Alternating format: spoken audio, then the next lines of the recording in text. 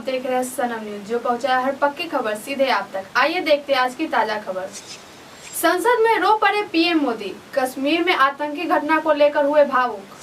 अगर SIM KYC के लिए आए मैसेज, तुरंत हो जाए सावधान, नहीं तो खाली हो जाएगा बैंक अकाउंट। कैबिनेट विस्तार से पहले बीजेपी में बगावत, एमएलए ने बताया स्वर्ण विरोधी मंत्रिमंडल। बिहार में अपराधियों पर अंकुश लगाने की तैयारी, अपराध में दोबारा नाम आया तो रद्द हो जाएगी जमानत। नीतीश कैबिनेट का विस्तार शुरू, सबसे पहले शहनवाज हुसैन ने ली शपथ। उत्तराखंड ग्लेशियर हादसे में बिहार के 4 लोग लापता। नीतीश के नए मंत्रिमंडल में राजपूतों की संख्या 4, 2 मुस्लिमों को भी मिली जगह।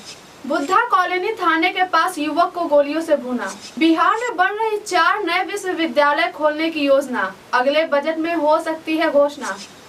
पटना हाईकोर्ट का आदेश, उम्र के आधार पर बलात्कारी को बेल नहीं। बीएसपी से आने वाले विधायक को नीतीश ने मंत्री बनाया। कई गंभीर मामलों के आरोपी हैं मोहम्मद जमा खान। अब खबरें विस्तार से। संसद में राज्यसभा की कार्यवाही के दौरान आज प्रधानमंत्री बेहद भावुक हो गए। कांग्रेस के गुलाम नबी आजाद समेत 4 सांसद को आज सदन में विदाई दी गई। इसी दौरान पीएम मोदी ने गुलाम नबी आजाद को जमकर तारीफ की। राज्यसभा में बोलते हुए प्रधानमंत्री नरेंद्र मोदी आज रो पड़े। दरअसल जम्मू कश्मीर में हुई एक आतंकी घटना का जिक्र करते हुए जब वह सदन में कांग्रेस के वरिष्ठ नेता गुलाम नबी आजाद से मुखातिब हो रहे थे तो एक वाक्य को लेकर बेहद भावुक हो गए। अगर आप एयरटेल कस्टमर है और आपको भी केवाईसी के लिए मैसेज या फोन आ रहा है तो सावधान हो जाए। सिम केवाईसी कराने के नाम पर ठगी के मामले सामने आ रहे हैं। दिल्ली पुलिस के साइबर क्राइम ने इसके लिए अलर्ट जारी किया है और बताया है कि एयरटेल कस्टमर्स को ये मैसेज आ रहे हैं।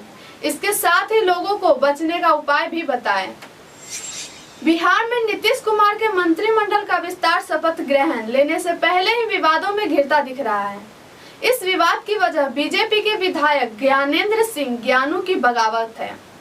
बाढ़ से बीजेपी के विधायक ज्ञानेंद्र सिंह ज्ञानू ने मंत्रिमंडल विस्तार से पहले अपनी ही पार्टी यानी बीजेपी के खिलाफ मोर्चा खोल दिया है। बिहार में अब अपराधियों की जमानत रद्द कराकर पुलिस उन पर अंकुश लगाएगी। 9 साल पहले बिहार पुलिस द्वारा शुरू की गई इस मुहिम का खौफ अपराधियों में दिखा था, लेकिन वक्त के साथ जमानत रद्द कराने की कार्यवाही सुस्त पड़ गई। अपराधियों के खिलाफ इस बड़े हथियार का इस्तेमाल एक बार फिर पुलिस पूरे जोर शोर से करेगी। एक लंबे इंतजार के बाद आज बिहार के नीतीश कैबिनेट का विस्तार हो रहा है। भारतीय जनता पार्टी के शहनवाज हुसैन समेत दोनों पार्टियों के कुल 17 नेता आज मंत्री पद की शपथ ले रहे हैं। मंत्रियों की लिस्ट में कुल 9 मंत्री बीजेपी के हैं, जबकि 8 जदयू के खाते से हैं। सबसे पहले बीजेपी कोर्ट से मंत्री शहनवाज हुसैन ने शपथ ली। उत्तराखंड के चमोली में ग्लेशियर टूटने से आई तबाही के बाद अब तक 26 लोगों की मौत हो गई है। वहीं 171 लोगों की तलाश अभी भी जारी है। पूरा फोकस राहत बचाव के काम पर है। तपोवन टनल में अभी भी 37 लोगों के फंसे होने की आशंका है। सुरंग कीचड़ से भरी हुई है, ऐसे में अंदर जाने में काफी मुश्किलें हैं, लेकिन रेस्क्यू टीम जुड़ी हुई है। बिहार की राजनीति हो या फिर सरकार, दोनों जातिगत समीकरणों के इर्द गिर्द ही घूमती है। इसकी झलक मंगलवार को बिहार में होने वाले मंत्रिमंडल में दिख रही है। बिहार में 84 दिन पुराने नीतीश कुमार की सरकार का मंगलवार को विस्तार हो रहा है। इस विस्तार में बीजेपी से 9 जबकि जेडीयू से 8 चेहरों के मंत्रिमंडल में शामिल किया जाना है। पटना के बुद्धा कॉलोनी के दुजरा मछली मार्केट के पास कुछ बदमाशों ने एक युवक को गोलियों से भून दिया, जिसके बाद गंभीर हालात में उसे हॉस्पिटल ले गया, जहां इलाज के दौरान उसकी मौत हो गई। घटना बुद्धा कॉलोनी थाना से कुछ ही दूर पहले हुई थी। मृतक की पहचान 20 साल के शेखर राजपूत के रूप में की गई है। बताया जा रहा है कि पहले वह ऑटो चलाता था, पर कुछ दिनों से शराब बेचने के धंधे में लगा था। 1 सप्ताह पहले ही उसने 13 लाख की कार खरीदी थी। हत्या का आरोप पड़ोस के ही रहने वाले बद्री और विजय पर लगा है। बिहार सरकार प्रदेश में 4 नए विश्वविद्यालय की स्थापना के लिए योजना बना रही है।